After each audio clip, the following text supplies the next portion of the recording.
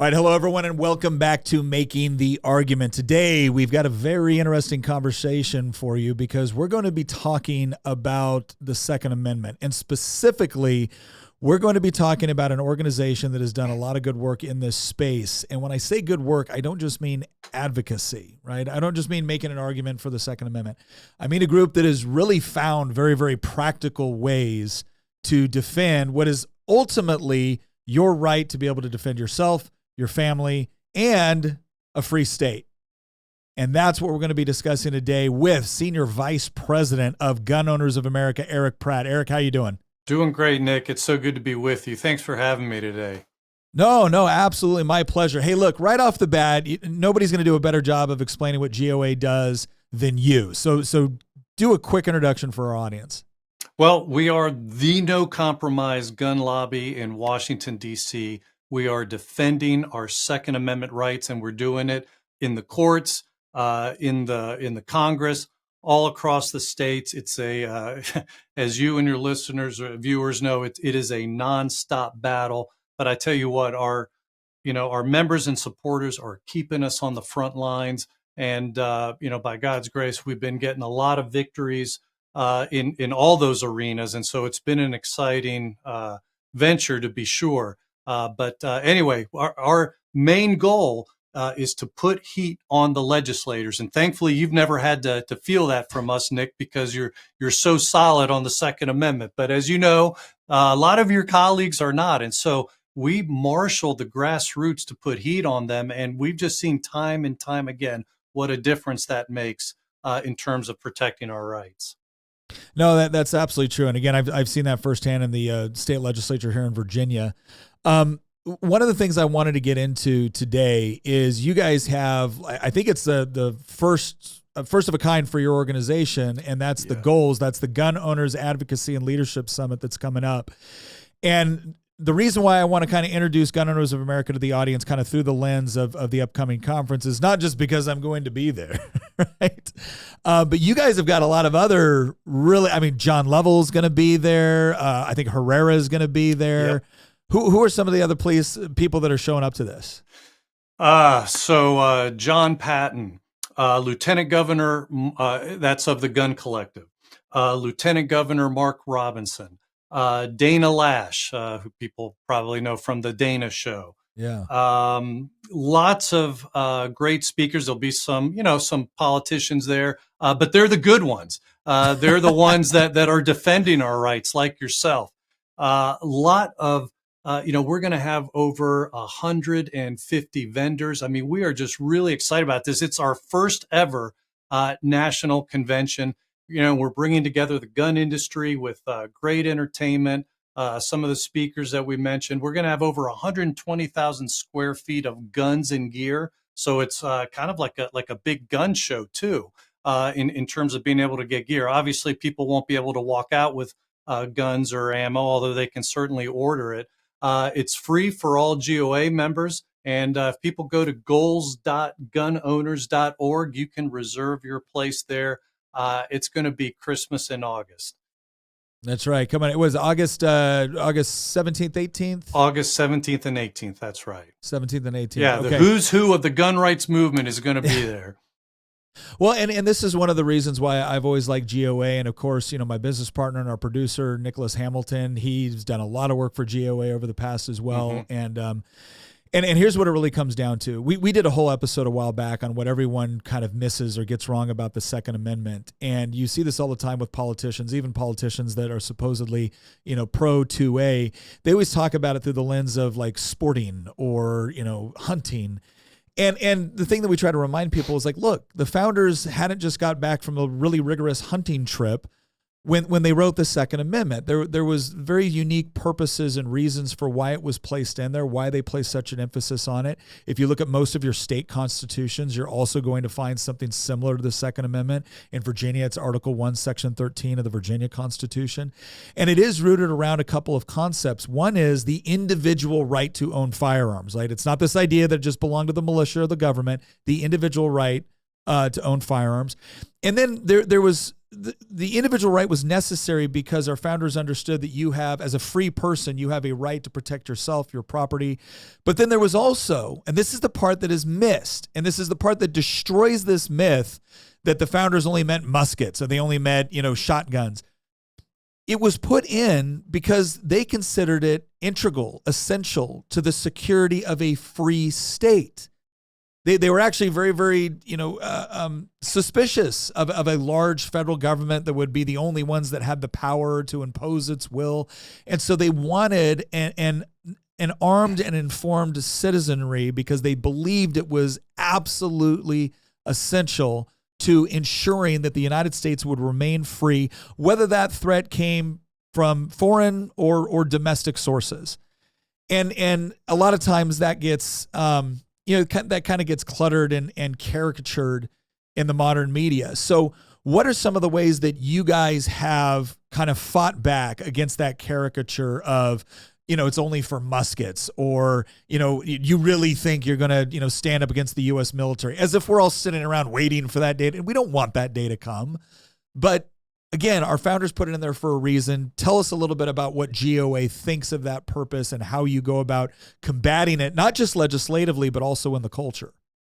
Well, I think for one thing, we have to be students of history and remind people of our history, and everything you just laid out. I mean, they didn't just come back from a hunting trip, and no founder ever said, "Oh, look, the deer are coming, the deer are coming," right? They had just fought a war against the most powerful power on the earth, and they won. And it was because they were able to access firearms. And in many cases, they even had better firearms than what the British soldiers had. So, remembering that, and that wasn't the last time, because some people like to paint that as, oh, that's just a bunch of white guys in wigs and tall stockings running through the woods. We need to remember our history, that even up into through the 20th century, in the civil rights movement, there were many, many examples of the Black community using firearms, where the Southern racist police departments were in cahoots with the KKK and were just simply not protecting them. And they were using firearms to protect themselves. And there are some very dramatic cases of that. I love, Condoleezza Rice, who was a former Secretary of State with George Bush. She talks about how her dad, back in the 1960s, used to patrol the neighborhood with other Black gentlemen in the neighborhood, and they were armed, and they would patrol their neighborhoods to keep their neighborhoods safe against attacks from the KKK. So, and of course, all the way, I mean, we even see this on the world stage, right? I mean, the attack in Israel this past October, or what Ukraine is having to go through. I mean, these governments, once those attacks happen, it's like, oh, snap, we have to change things. And they start making it easier for their citizens to have guns, whereas beforehand they had been very restrictive. And so, when we come back to remembering what the Declaration of Independence says, that our rights come from God. Okay, that's Exhibit A. That's really important. So then when you get to the Constitution and the Second Amendment, and you say, you see that right to keep and bear arms, they're not giving it to us. They're not granting it to us. They say that right that exists shall not be infringed. And that's why at Gun Owners of America, we oppose all and any kinds of infringements, permits, waiting periods, bans. I mean, you name it, they're all infringements. And,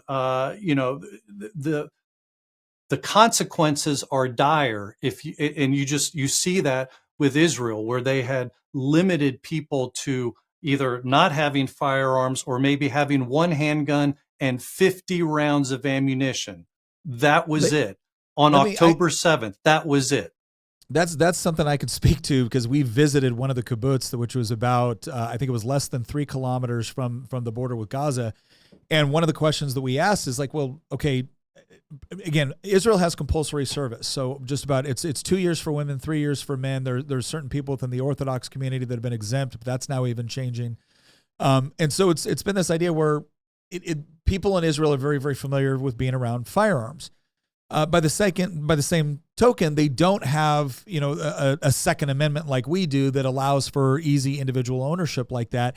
And one of the questions that we ask is like, okay, but the kibbutz has security, right? And for those that don't know, think of the kibbutz as kind of like a collective, right? Almost like a little bit like a commune that usually surrounds either, it might be agriculture, it might be a particular industry, but it's all these people kind of living in this close, tight-knit community. And they're like, yes, we have security with the kibbutz. Okay, so where was the security? Well, they had to go to the armory to get their firearms. I said, okay, so did they not get there in time? Were they not sure? And they're like, well, you need to understand is that this particular kibbutz actually had a very good working relationship with a lot of workers from Gaza, and they would regularly go and bring them in under worker programs, and they would assist and they would do stuff. And the working theory is that some of them were there to identify where the armory was. And so at certain kibbutz that were attacked, when Hamas came in, they made a beeline for the armory. And I remember asking the question, I said, is there going to be any changes with respect to people having access to firearms? And they said that this is one of the things that we're seriously considering. And obviously that has to go through a legislative process. She wasn't at liberty to tell me what all the story was from that. But it goes back to this idea that, again, when you deny someone the ability to defend themselves, I tried to make this point to one of my colleagues on the floor of this last session in the General Assembly. None of us want bad things to happen, right? None of us want somebody to use a firearm for a nefarious, murderous, or evil purpose. Nobody wants that. But from the government, we are limited with respect to what outcomes we can assure, right? I can't ensure the outcome will be the one I want. If you say nobody gets guns, that doesn't mean nobody gets guns. What it means is you have an incredibly high probability that people that follow the law will not have them, and people that don't follow the law you might make it a little bit more difficult for them to find one or access one. I said, so that's what you've got. That you're infringing on everybody's rights in the hope that it will make it more difficult for a bad guy to use a firearm, right? Because they don't have any compunction about breaking the law. I said, but here's what I can guarantee, right? Here's the only thing you can guarantee by passing that legislation is everybody who does want to follow the law has now been put in a very, very vulnerable situation when somebody tries to use a firearm against them. That's what you guarantee. You don't guarantee the other thing. You don't guarantee the thing for the bad guy. You guarantee the thing for the private citizen that simply wants to defend themselves, their family, etc. And it is almost like it doesn't compute, right? Or at least that's what I used to think. I used to think, well, this just doesn't compute.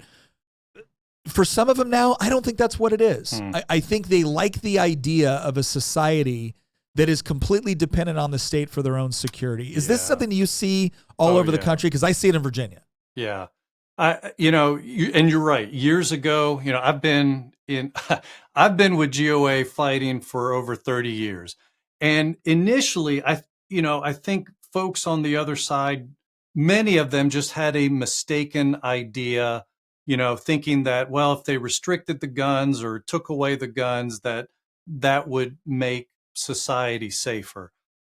You're absolutely right that the leftist mentality has grown so much since then. It is an all-consuming ideology, and they really do want us to be dependent upon the state. Boy, and if you want just an example of how relying on the government for your protection doesn't work, Secret Service has one job: protect one guy, right? And when they can't even do that right, how are they going to protect millions of people and keep them safe? Yeah. You're absolutely right. That is the mentality that's taken hold, and it's bigger than just guns and them wanting to defend us. I mean, you were even hearing, why, they want re-education camps for, older people like us, Nick, who don't think right. They obviously want to control the schools and brainwash the kids. I mean, it is an all-encompassing ideology.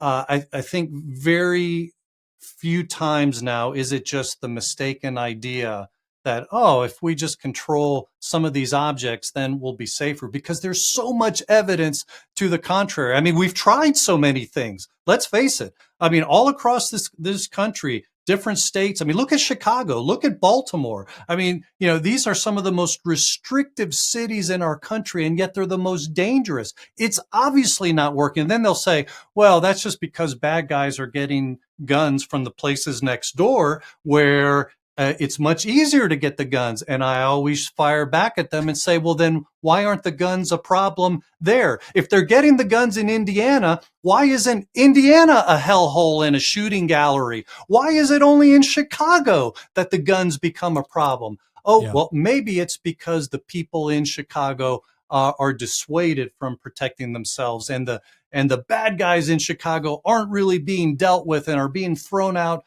back out into the streets. See, I mean, this is the problem. It's a huge problem that's more than just what we're talking about here.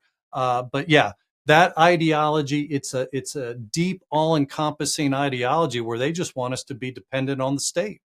Well, and I think it's important for people to understand too that it's like sometimes people will hear that and the thought that automatically goes through the mind is, oh, they're just evil tyrants. It's like no. It's not as if they're sitting there like cackling and rubbing their hands together, looking in a mirror, going, ha ha ha, I will dominate society.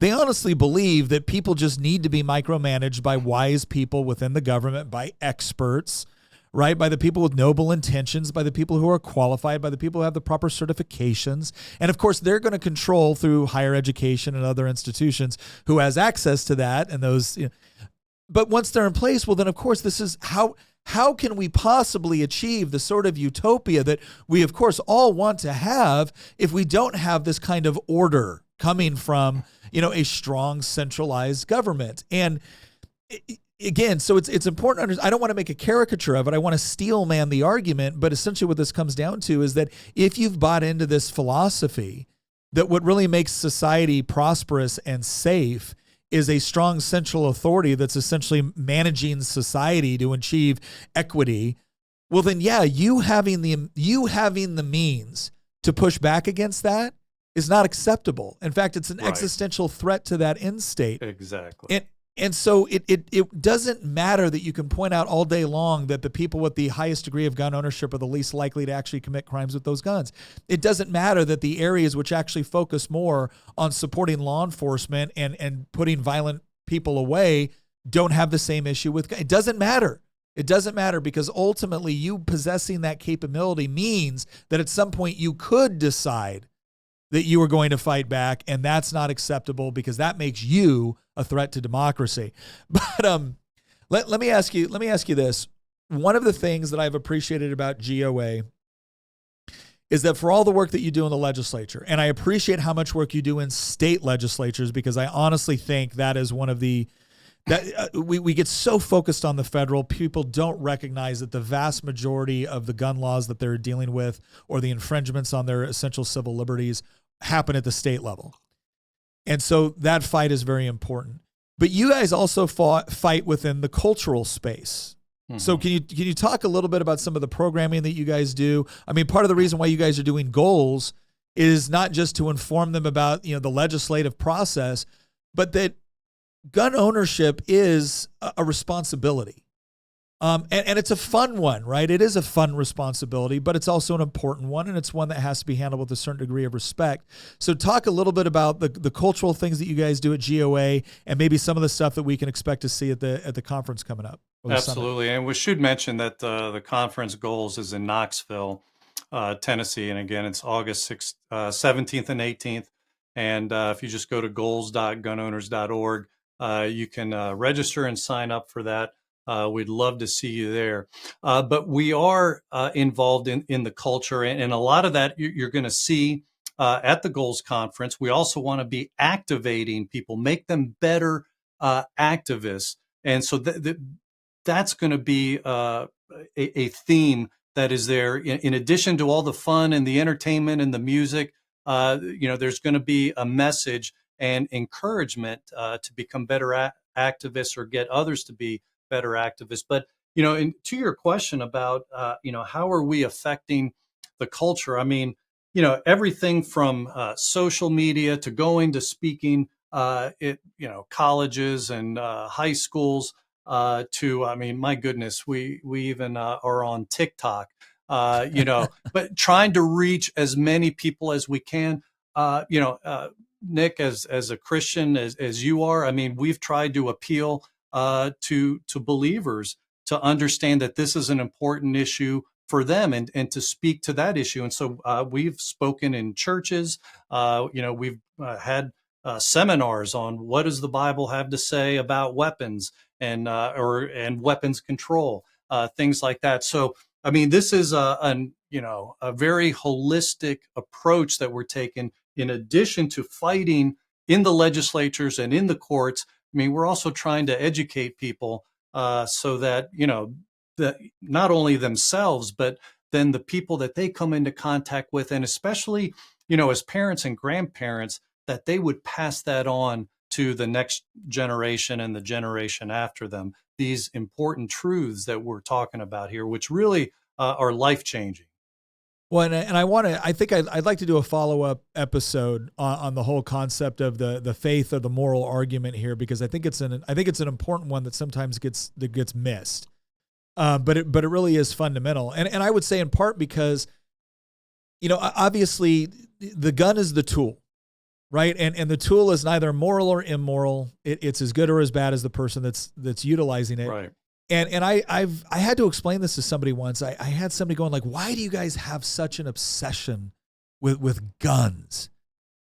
And I said, I think that's a core part of the problem is you think the obsession is with guns. Now, don't get me wrong. I'm sure there's some people that are, right? And I certainly think they're cool, right? I got a lot. But, I mean, I don't have any. They all went in a fishing accident. But anyways, the reason why this issue is so important to us is because you see it as a discussion about a tool. We see it as a discussion about essential civil liberties. Exactly. It's about freedom. And that is a fundamental difference. And part of it goes to the historical component that you mentioned before, is that whenever we look back on history and we ask the question, right, if we're really going to buy into this whole idea of kind of the classical liberal view of, we don't want tyrants, we don't want authoritarians, we don't want, absolute monarchs. We want a society, a government of, by, and for the people. We want a society that actually encourages and ensures freedom, not just to vote, but to live our lives. We don't see how that is possible long term. We don't see how you effectively sustain that when the private citizens that the government and everything else is supposed to be for is completely at the mercy of the state, out of a select group of people with political power for their own security. Can you please explain it? Can you please show me a point in history where that's ever been able to be sustained long term? And they want to give like recent examples. Oh, well, the UK confiscated guns. Yeah, like what, less than 3 decades ago? Well, Australia did this. Yeah, less than 3 decades ago. And by the way, you look at what's going on in the UK right now. You can get arrested for praying quietly in front of abortion clinic. They've had 33 people, I think it's 3,300 people in the UK arrested for things they tweeted. And we're not talking about, I'm going to blow up Parliament. We're, saying something like that that's, clearly illegal. We're talking about somebody that said something that somebody else found offensive, right? You go look at what the COVID protocols looked like in Australia, where they're running people down in an empty park and handcuffing them to throw them in jail because they violated COVID laws. Right? Look, if you can't actually, not to mention the fact, and keep in mind, what did I just point out? I just pointed out the UK and Australia, right? I didn't point out Nazi Germany. I didn't point out, Mussolini's Italy. I didn't point out Stalinist Russia. I could have gone to those examples, which would have been every bit as relevant, right? But it's even examples like the UK and Australia, ones that they want to hold up as like, well, these are still very, very free societies. Guys, look, Reagan had it right when he said that freedom is not passed down to future generations in the bloodstream, right? It has to be explained. It has to be properly understood so that future generations know why they're protecting it and know why they have to have the mechanisms that allow them to be able to protect it on a very practical level. One of the things that you guys do on the educational front that I appreciate and something that I think people should take advantage of is, equipping people with the understanding that being an activist is not just, going out and calling your legislator. That's not all it is. If you really want to be something that fights for this, you actually educate other people on what it actually means to own a firearm and what that responsibility as a free citizen to own a firearm is. I love to take people shooting, right? I love to take people shooting. And I've had people over to my home before because we've got enough acreage and we've got a little range set up. And one of the things I've noticed is I had a young elementary school teacher out there, and she had fired a shotgun like once or twice in her life. And I remember taking her, I said, okay, what would you like to shoot? And it's not like she was anti-gun or pro-gun. It wasn't a big factor in her life. And so we fired a .22 pistol, right? And then we fired a 9mm pistol. And then we fired a .22 rifle. And then we fired a shotgun. And then I broke out the AR, right? And she fired the AR. And the look on her face, she's like, ooh, I like that one. What has been your experiences with people that maybe they're anti-gun, or maybe they just didn't know, maybe they had some fear associated with it, and taking them out to shoot for the first time? Like, share some of your guys' experience or GOA's experiences with doing things like that. Absolutely. And I think, Nick, what you just shared should be an encouragement to everybody who's watching, because, we may not have the money of CNN or some of these, NBC. And it's easy to get dispirited and think, well, I don't have the reach. But what you did in having somebody over to your home, you can dispel the myths and basically inoculate them against what they're going to be seeing. And we've seen that very dramatically. In fact, my daughter wanted to take one of her friends out, and so she asked me to come along so I could do a little briefing, gun safety, et cetera. And we went to the range. And Nick, I was going to do the same thing, start with the .22 and move up. Unfortunately, at first, we never got there because we were at an indoor range, and you may get on me saying that wasn't the smartest thing to do, because there were some guys there in the the stalls next to us that had some big beastly firearms, and when they shot it, it wasn't pop, pop, pop. It was boom, boom, right? And you could feel it through the partition. And this gal, I am not lying, she ran out of there in tears. Really? I'm like, oh my gosh, what are we going to do now? My daughter, thankfully, is just the most graceful person on the planet. She ran out after her, talked to her. I mean, this was like a 15-minute process. Finally, brings her back in, and she's ready to go again. And we did. We started at the .22 and worked our way up all the way to the end. I don't think I had an AR that day with me, but she loved my .38 Smith & Wesson, which is like a old police issue firearm. And at the end, she wanted to be pictured with it, and she loved it. Well, when we got to the car, this is where, she says, Eric, I just want to let you know what happened in there. She said, and I just, really appreciate what, you and your daughter have done. But when I heard those other guns going off, she said, it brought back to mind the mass shooting stories that I've seen on TV. And it just shook me. Now, mind you, she's never been a victim of anybody using a firearm against her. Nobody in her family. This was all just her conditioning from watching the news stories. And it was like she was going through PTSD. I mean, she was having an episode. But let me tell you, that day after firing all those different firearms, she left the anti-gun camp and now understands, because she's had personal experience with it. And so that's why I say, the other side with their big megaphones, they do reach a lot of people, but it won't compete to a friend or a family member saying, hey, come over to the house, or hey, let's, go out, to a farm and, shoot off some rounds. And, if, friends or family, I mean, they usually don't turn down that thing. That is so key and so impactful. So, I think that is a real key, Nick, in terms of changing hearts and minds on this issue. Well, I think it's important too that parents understand, and I think most of us in this community we get it. Like, I grew up with firearms. I always tell people firearms were never scary to me. Me mishandling a firearm was terrifying because my father or my grandfather would have just tore me up. But they started it from a very young age. It was about understanding and having respect. Right. This is one thing that I think is so important, is that we're not treating this issue. Yeah, we make funny jokes at times and stuff like that. But you go watch people that care about this issue, that take it seriously, that train.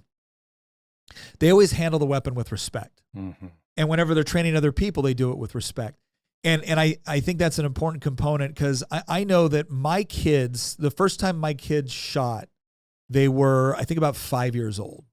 5 years old was the first time we took out .22 pistol and we shot. And part of what that was, it was getting used to the noise. It was getting used to how do we properly handle, where do we stand? What are the safety components to this? Because you're right. When you have kids that their only interaction with firearms has been hearing, the press or politicians or Hollywood starlets just, act as if the gun just jumps off the table and starts killing people. Right. They really do have this idea that is this incredibly sensitive object that if you're not careful, it's going to shoot somebody all by its lonesome. And the fear of the unknown, especially when you are talking about a tool which is dangerous, right? The tool itself can be used for dangerous purposes. If you're not then exposing them to it, and you're not then showing well, this is the proper use and this is how to do it. And I want to draw an analogy here. I want you to imagine that a student, right, a younger person's only interaction with vehicles, with a car, was night after night hearing about that this year, once again, more people die on the roads because of vehicular accidents than died in the entire Vietnam War. Right. Once again, another year where we have another vehicular, whole family wiped out by a vehicle, another mass cal event as a result of vehicles. And you never let them, you never let them drive in a car. You never let them sit in a car. You never took them to the car show, right? Like nothing. All it is this constant drumbeat of this is dangerous. And for anybody that thinks, well, that's different. Ladies and gentlemen, I got news for you. The fact that we let 16-year-olds get behind the wheel of a 2-ton pickup truck and then go racing 70 miles per hour down the highway is something that when you think about it, you're like, holy crap. We don't even, in Virginia, they're not even legally allowed to use a tanning bed, but 2 tons going down the interstate at 70, right? But think about it. If you change the whole dynamic and their only interaction was casualty stats and drunk drivers and, entire families being wiped out in car accidents, well, of course they would be like, this is terrifying. I don't want anything to do with it. But we don't do that. What do? We hopefully treat kids from an early age like, look, you get in the car, you drive some. It's practical use. There's a tool for it. There's a purpose for it. But it needs to be handled with respect. And it needs to be handled with respect, not just for your safety, but for the safety of people around you. And yet we treat firearms like, no, this only has one purpose. It's a weapon of war. It's there to kill people. And it is a completely intellectually dishonest and disingenuous way to talk about it. And so I would just encourage, again, if you're an adult and you're curious about this, showing up to something like this summit, right, where you get to listen to people talk about it, you get to hear people explain it, talking about it in a respectful way. But I know one of the most valuable things I ever did, and I've tried, again, another thing I've tried to explain to my fellow legislators. I said, I have firearms. Well, what about kids in the house? I'm like, yeah, I have 3 kids. I've had a lot of firearms since they were very little. Weren't you terrified? No, I was responsible. I taught them how to, just like I wasn't terrified of my 14-year-old or my 15-year-old or my 16-year-old stealing my keys and driving down the road without my knowledge, right? I exposed them to it from a position of respect. And so I didn't have to worry about them because we did it correctly. Right. But if you're not doing that with your kids, please don't believe that you have somehow magically protected them, as a result of keeping them in the dark or making them afraid. You haven't. You've put them at a horrible disadvantage. Right. And it's something, and this is something I want to get into as well with you, because my wife pointed this out when she ran for office. she said, we have all these talks about rape culture. We have all these talks about the Me Too movement. We have all these talks about women being vulnerable and being victims of domestic violence. She goes, how can the same people talk about all of those concerns within society and then want to systematically disarm women or keep them from being able to have the one tool that can make them the equal of a much stronger attacker? Right. Tell us a little bit about some of the work that you guys do on this, on outreach to female shooters and to, again, getting them more comfortable with why this is such an important part for their individual and personal security.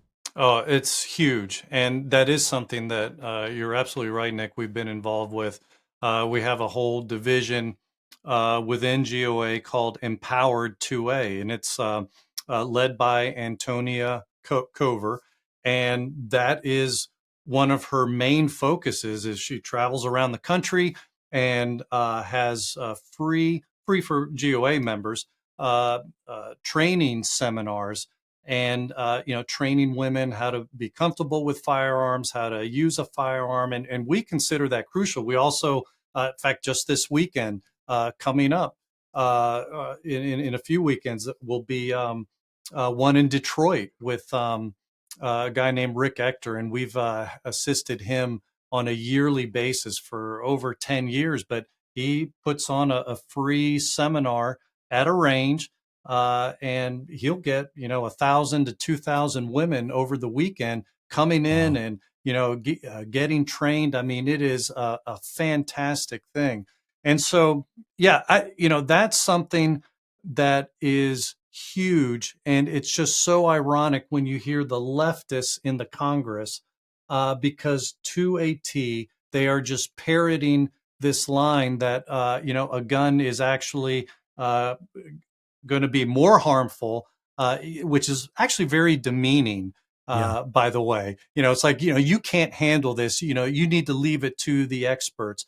But, it's the Debbie Wasserman Schultzes of the Congress. I mean, they will actually make this claim that you're actually less safe having a firearm when that's clearly not the case. I mean, you just look at, the government statistics, CDC from years ago, 2013. This was even during the Obama administration. And they found that between 1.5 million and 3 million times every year, guns are used in self-defense. So when you compare that to the number of actual times that guns are being used in an illegitimate way, you see that guns are actually being used 16 to 100 times more often to save life than to take life. But the left ignores those kinds of raw data, and they just make this claim that you're and maybe they'll find one anecdote. I mean, one of their favorites is,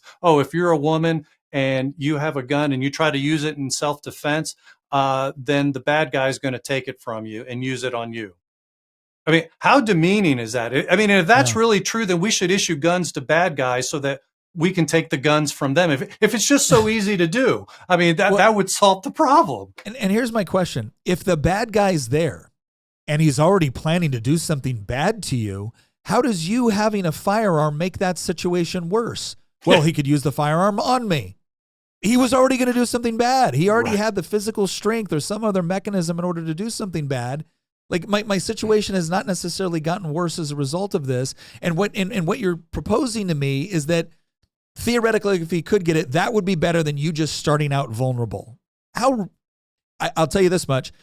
I don't see many of them, wanting to agree to those sort of terms for themselves, right? It's always fine if it's somebody else, but never for themselves, because they have armed security paid for by tax dollars. But you bring up something important there, because I want to talk a little bit about the stats. Because I've brought this up before too, is that when you look at the most conservative estimate I've ever seen coming out of I think it was the CDC at one point, was 500,000 a year, 500,000 private gun ownership uses in order to prevent a crime. And then you will see the press come out and be like, oh, that's ridiculous. It's only like 127. And they're like, well, okay, wait, whoa. 500,000 over here, 127 over here. Like, how do you reconcile that? Well, because the press will say that, well, only 127 people were shot and killed by a private citizen using a firearm to defend themselves. Like, Okay, what about the ones that were shot and weren't killed? Or here's an even better one. How about the far more common occurrence, which is bad guy comes in to break down the door to beat his ex-wife or his girlfriend, and she goes, "You sure about that?" And he leaves. Right.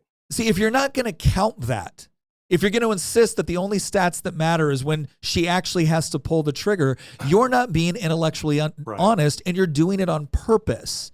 But here's the other crazy part about stats, and I brought this up before. If you look at the way the anti-gun crowd uses stats, let's use the domestic violence scenario. So, guy comes over, and he's drunk again, and he's there to beat up his girlfriend, right? And he comes in, and she has a firearm this time, and she shoots him, and he dies. All right, that's one scenario. Scenario 2 is she can't get a firearm. She wasn't able to get her permit, or she lives in a place where they put a lot more restrictions and waiting periods. So he comes over and he beats her to death. The gun statistics look better for the left. The gun statistics look better for them if she dies getting beat to death than if he dies getting shot in self-defense. Think about that for a moment and then ask yourself, are they really trying to create a safer community, or are they really just selectively targeting a particular tool or instrument? Because that is unconscionable. The fact that you could stand up there with all this bravado that the Shannon Watts of the world does and say, look at all these gun statistics, and then you look a little bit closer and you're, well, wait a second. Are you honestly saying it would have been better for this woman to be beaten to death? Are you honestly saying it would have been better if that shop owner would have been shot? Are you honestly saying it would have been better simply because your gun stats would have improved? I want a genuinely safe community, not one that's been arbitrarily made to look so because of the manipulation of statistics. And Nick, you raise a great point that, at the core of what you're saying, gun control actually makes women less safe. And, you look at example of Carol Bound in New Jersey, very tragic. I mean, I can give you tons of examples of exactly what you're talking about, where women did protect themselves with a firearm against an abuser. But in this case, Carol Bound was dating a guy who was a pretty bad guy, and she finally broke it off. And I'm sure her family said, hallelujah. Well, he wasn't happy about that and was threatening her. And so she went to get a firearm because she wanted to protect herself. But unfortunately, in New Jersey, they have all these extra background checks and requirements. And so can be a several week process. And it certainly was for her. And so she's waiting week after week. I think it was even more than a month, still no word. And she wanted to be legal and by the book, so she didn't go buy one on the street.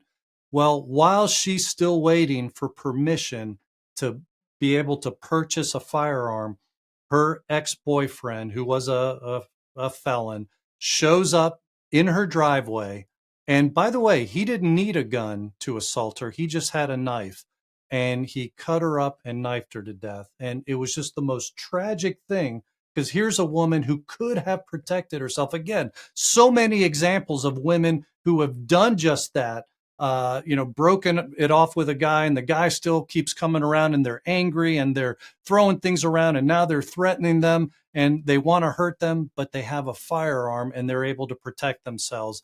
Not in Carol Bound's case. And thank you, by the way, for correcting the stats. The CDC stats, as they examined many different studies, it was 500,000 to 3 million cases of self-defense every year. I think I misspoke earlier. So it's a wide range, but many of those self-defense cases are exactly what you were laying out, Nick, that they didn't all result in person pulling the trigger and then dead bad guy. In many cases, it just simply involved brandishing the fire. In fact, about 90% of the time or more, simply brandishing the firearm is enough to dissuade the attack.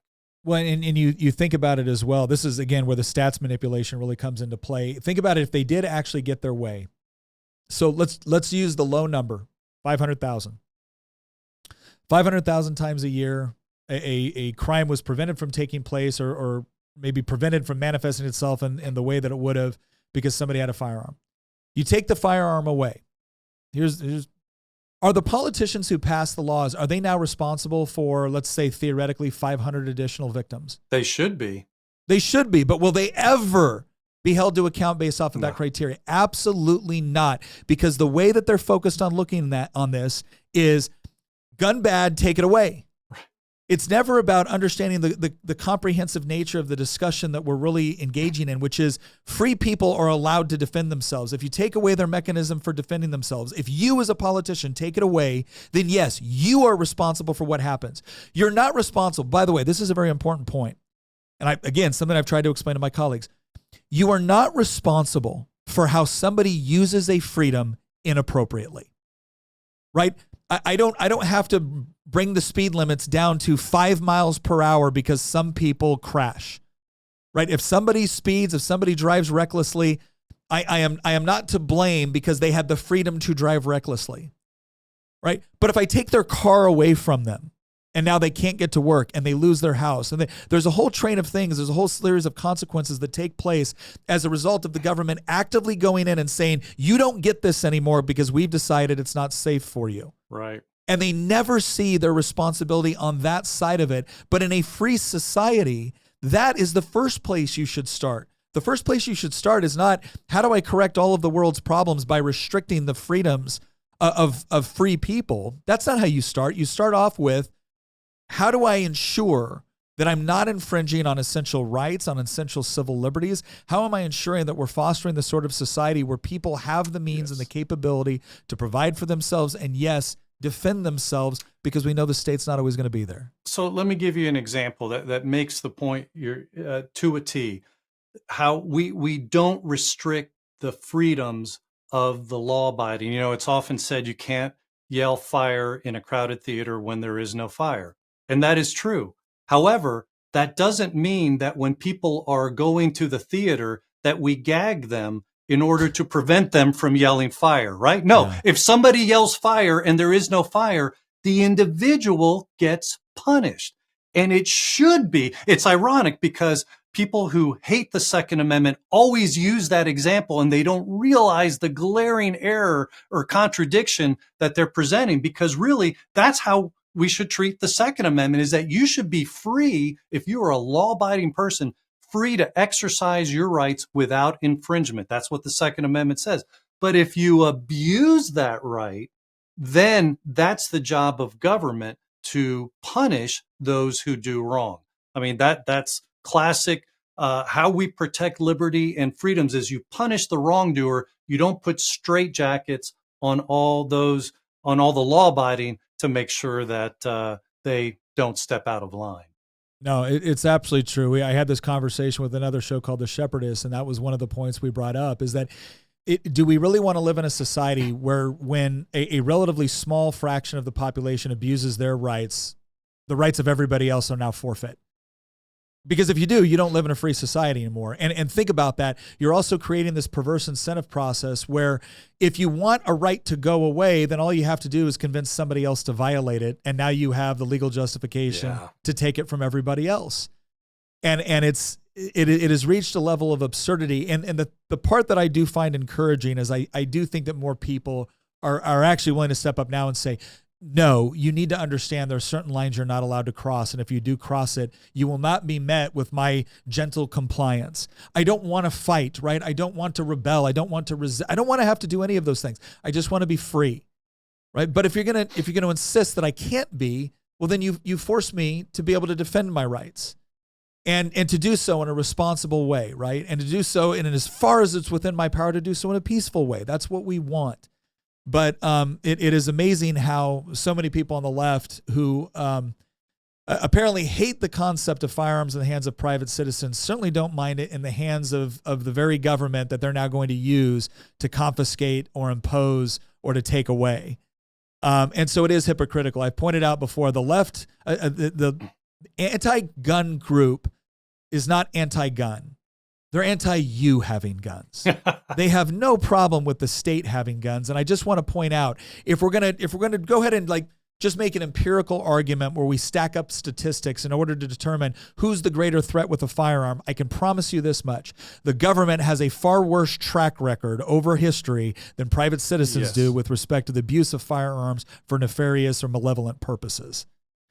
Well, look, we're running up here on the cap. I can't thank you enough, Eric. I really appreciate the work that you do, specifically the work that GOA does. I really do think that your organization is one where whenever people ask me, like, what do I do about this? It's like, look, there's a lot of stuff you can do as an individual, but your voice is always louder when it's actually part of a group that understands what they're doing, how to do it, how the system works, how the legal system works. And GOA is certainly one of those organizations to team up with if this is an important issue for you. Can just to close out here, give us once again the information for the Goals Summit that's coming up and how people can learn more about that. Absolutely. So if you go to goals.gunowners.org, that's where you can register for the Knoxville event. It's August 17th to 18th, and we would love to see you there. If you just go to gunowners.org, you can find out more information about GOA, sign up, become a member, sign up for our free email alerts, because that's really what makes a difference. I mean, you were talking, Nick, about, we don't want to get to that end point where we're having to bear arms to defend our freedoms against tyrannical government. We want to go through peaceful means, and that's why GOA is here and why we put heat on legislators. And you know what? In this past year, we've repealed a gun ban that was applied to military veterans. We've cut the ATF funding by $122 million, and it's been glorious to hear the leftists like Senator Durbin saying, but that's going to keep them from enforcing gun control. And to which we say that's the point. But see, so in other words, we are making things safer for people so that we don't have to get to that end result. That's why GOA is here, to repeal gun control one step at a time. And if we can't do it in the Congress, we're doing it through the courts. And so that's why, it's just, we really need, the more people that we have backing us, the louder voice that we have in Congress, and the more court cases that we can be taken around the country. Yeah, the court piece of this cannot be underestimated. I feel like the gun movement has finally gotten good, along with some other organizations, have finally gotten good at taking them to court, because that was always something. Well, look, we don't want to be in court. We want to be living our lives, raising our families, running our businesses. We don't want to, but we have to be if we actually want to fight for this stuff. And I'm going to bring up one other point as we close out here. I have personally watched as the same people that came before the subcommittee that I used to chair on we called it Gun Sub in the General Assembly, Virginia General Assembly. I have watched as those same people that sat there and told us that if we didn't want to engage in gun confiscation, not just regulation, not just the stuff that they tell you in the campaign commercials, if we didn't want to engage in gun confiscation or other severe restrictions of your Second Amendment rights, we didn't care if people died. And then I watched those same legislators walk over to the Courts of Justice Committee and carry legislation to let people that had actually used a firearm to rob, to steal, to assault, to murder, with bills to let them out of jail early. So don't let anybody tell you that this is actually about public safety. Right. Because the bottom line is, if it really was, those two things would never happen. I might not agree with them in this committee, but if they walked over to courts of justice and then said, well, no, we also need to make sure that we're enforcing the law, but they don't. And there's a reason for that. So thank you, Eric. Thank you to GOA for all the work you do, for all the very, very practical work that you are doing. Go out to Goals. Go on there. Go on the website. Sign up for that. I'm planning to be there all day Saturday and part of the day Sunday. I think I'm speaking on a panel and some other stuff there. So come on out. Like I said, there's John, our good buddy John Lovell, is going to be there. He's a great guy, along with Brendan Herrera and others. This really is going to be a fun time. You're going to enjoy it. It's not just going to be informative. It really is going to be a great time. So coming out to that, once again, thank you for watching, and we will see you next episode.